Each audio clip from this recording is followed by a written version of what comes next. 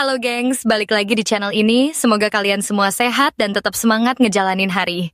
Sebelum kita gas, jangan lupa klik tombol subscribe dan nyalain lonceng notifikasinya biar lo nggak ketinggalan konten seru berikutnya. Hari ini kita bakal bahas topik yang agak panas tapi seru banget, yaitu dunia judi.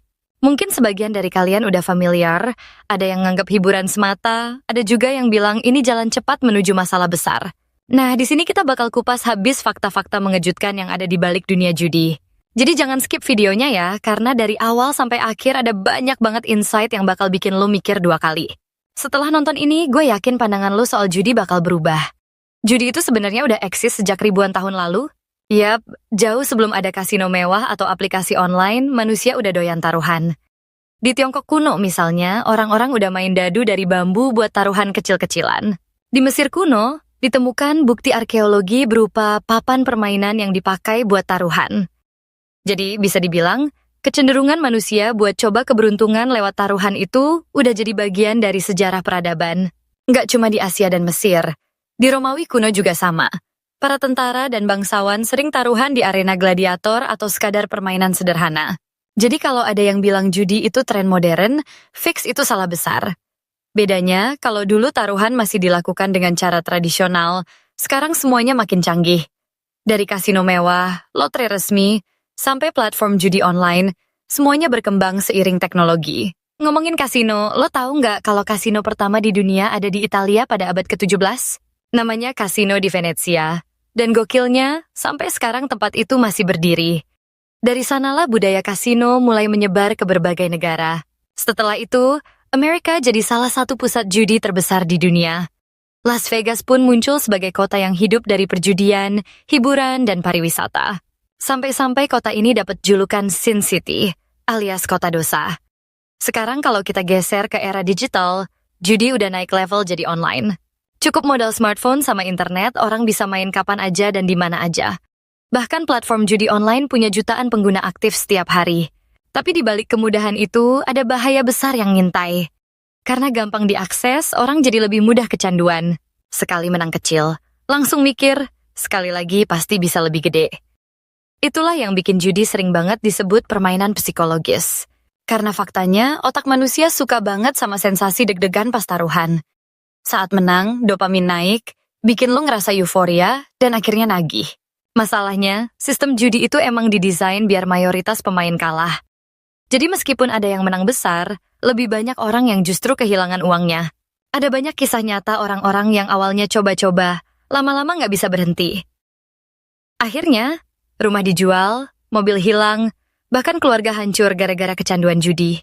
Beberapa orang bahkan rela berhutang besar hanya demi terus bermain. Dari situlah muncul istilah kalau judi itu bisa bikin lo bangkrut dalam semalam. Selain bikin orang kecanduan, judi juga sering dikaitkan sama aktivitas ilegal. Banyak sindikat kriminal yang pakai judi buat cuci uang. Ada juga kasus penipuan berkedok judi online yang merugikan ribuan orang. Makanya nggak heran kalau banyak negara yang melarang keras aktivitas judi, apalagi yang sifatnya ilegal. Pemerintah biasanya bikin aturan ketat untuk ngejaga warganya biar nggak kejebak. Tapi meskipun dilarang di banyak tempat, judi tetap jadi hiburan favorit sebagian orang. Tapi ingat, yang menang besar itu cuma segelintir orang, sedangkan mayoritas tetap kalah. Kalau kita lihat dari sisi ekonomi, industri judi itu gede banget nilainya. Setiap tahun, miliaran dolar berputar di sektor ini, baik legal maupun ilegal. Angka yang bener-bener gila buat sesuatu yang dasarnya cuma taruhan.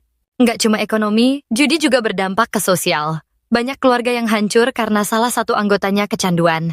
Dari sini kelihatan jelas kalau dampaknya nggak cuma ke individu, tapi juga orang-orang di sekitarnya.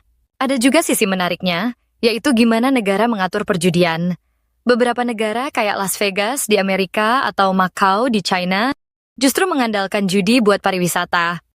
Mereka ngatur biar legal, tapi tetap ada batasan. Sementara banyak negara lain justru nutup akses karena risiko lebih besar daripada manfaat. Di Indonesia misalnya, judi jelas dilarang dengan aturan ketat. Meski begitu, faktanya judi online tetap gampang diakses lewat internet. Ada banyak situs ilegal yang masih jalan dan bikin orang gampang tergoda.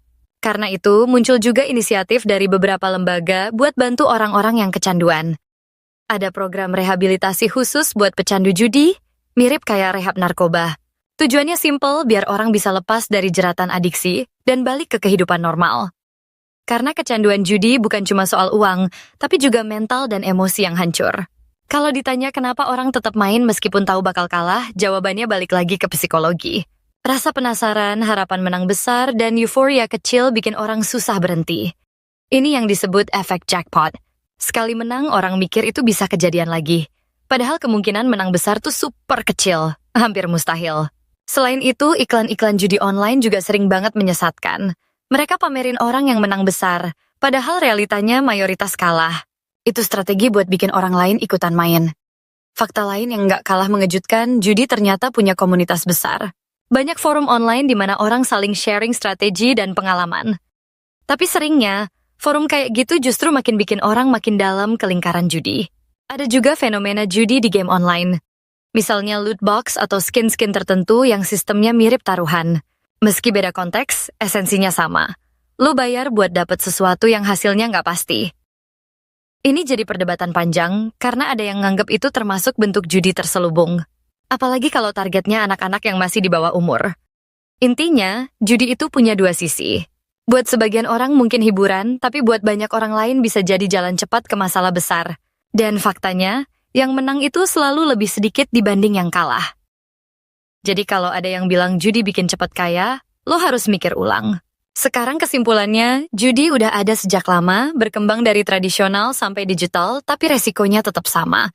Sensasi singkat bisa bikin nagih, dan kalau nggak hati-hati, hidup lo bisa berantakan.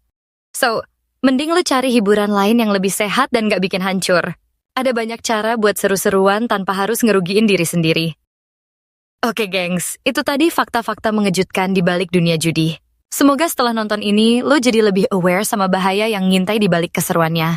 Kalau lo suka konten kayak gini, jangan lupa like, komen, dan share ke teman-teman lo. Dan yang paling penting, subscribe biar lo nggak ketinggalan konten seru berikutnya. Sampai ketemu lagi di video selanjutnya. Stay safe, stay waras. Peace out, gengs.